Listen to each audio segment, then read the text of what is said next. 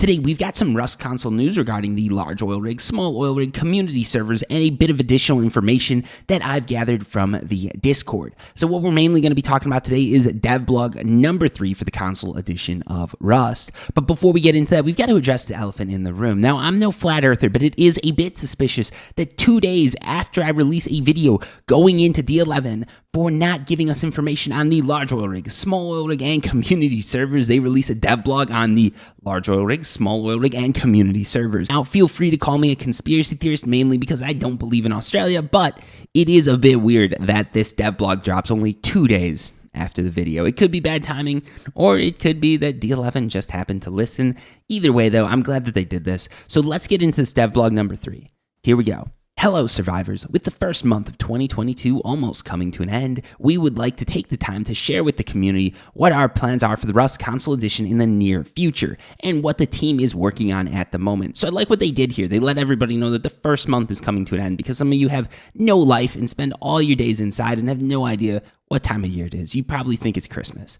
But first, a special thanks to everyone who has been supporting the project thus far. The support from many of you has been nothing short of amazing. We will keep working hard to make sure everyone enjoys Rust and to bring more exciting content to our beloved title. I'm sure they're addressing me with that one. What have we been working on? So, since the team got back from the holiday break, we've been working hard on the issues that persisted after the release of patch 1.21. So they've basically been working on fixing their patch.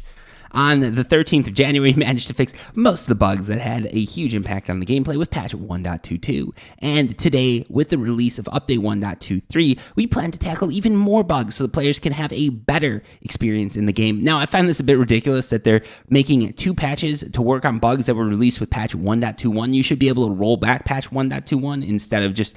and with these patches, they also introduced a whole slew of new bugs, including one in the water treatment plant. It's just like their patches are more like bug releases than patches. Anyways, today is also the first monthly wipe of 2022, and this is a very exciting time for our community. Did any of you guys jizz your pants because it's the first wipe of 2022? I want to know.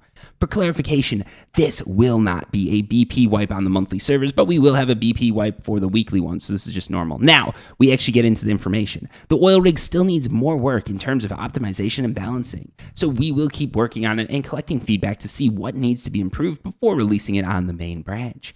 We are planning for some performance testing around the oil rig in February, so if you're a part of the public testing branch and you want to participate, please be sure to keep an eye on our testing branch Discord. That's not all. We also plan to bring the large oil rig back during the month of February to test it and to make sure it's ready to be put in the main branch with the small oil rig. The name of the update will be Offshore Blowout. On top of the oil rigs, we will have the addition of the grenade launcher and some awesome skins themed around the rigs. So we are getting a grenade launcher, which is sort of cool, but I'm not 100% sure if we've seen Grenade Launcher in testing branch yet. It's been a bit since I've played, so maybe someone let me know how big of an idiot I am down below in the comments, and also let me know if the Grenade Launcher's out yet. Following patch 1.23, we will be testing potential fixes for some of the more troublesome bugs that still persist in the game. All of this will allow us to bring the best possible updates to the live game, continually improving the stability for players and rolling out new content updates.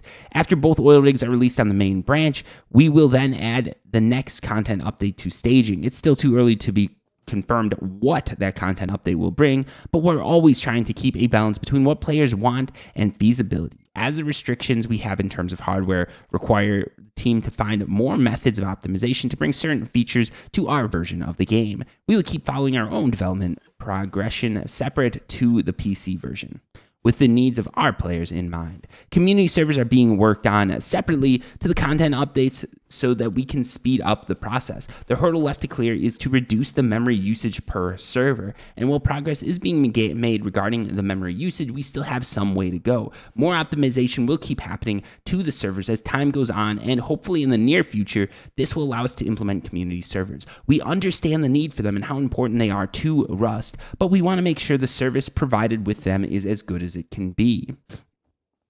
And time for a little teaser. To celebrate the Year of the Tiger, we will also have a special skin bundle available in our skin store today. I'm happy to announce this bundle will feature a skin for the Thompson. That's something actually a lot of people wanted. This was by far the most requested weapon skin according to the skin popularity poll we ran a few months ago, and we are happy to finally add it to the game. This is all we have to share for our devlog number 3. Expect the next one to come at the end of February with more updates on the Rust team, on what the Rust team has been up to. Hope you all have a fantastic day, survivors, and happy Rock Day.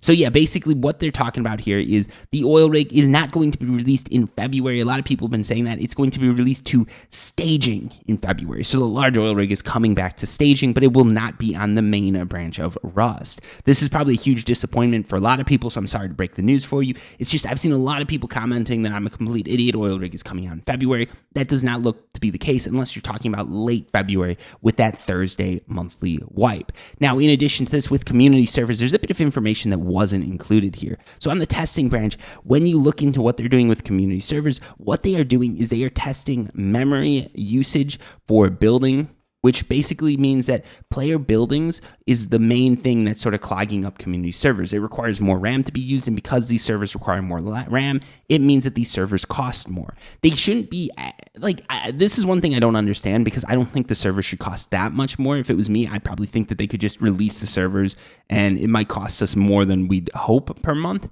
but we'd still get the servers. But for whatever reason, they've decided not to release community servers until they can bring these RAM issues under control. So what they're doing now on the staging branches, they're making these huge sort of build servers and asking everybody to go nuts on them, build all sorts of crazy cocks, and see what happens to the RAM usage on the server. They're trying to optimize for player building and all the crazy things that players can make. That is something that is extremely hard to do. I'm not 100% sure how they plan to do it. There's little optimizations you could make by sort of compressing certain things and certain build structures and stuff like that. But outside of that, I really just don't understand where they're going to be going with this. Like, if you want to get into the technical side of it, I'm going to dive into it real quick here. I know this is going to bore a lot of people, but what you probably could do is you could make some classic build structures like a 2x1 or 2x2, and you save those to one section in the memory. You go to memory to retrieve those, and that would probably actually save a lot of memory on servers. But then you've got the insides and stuff like that you couldn't do this with. So it would be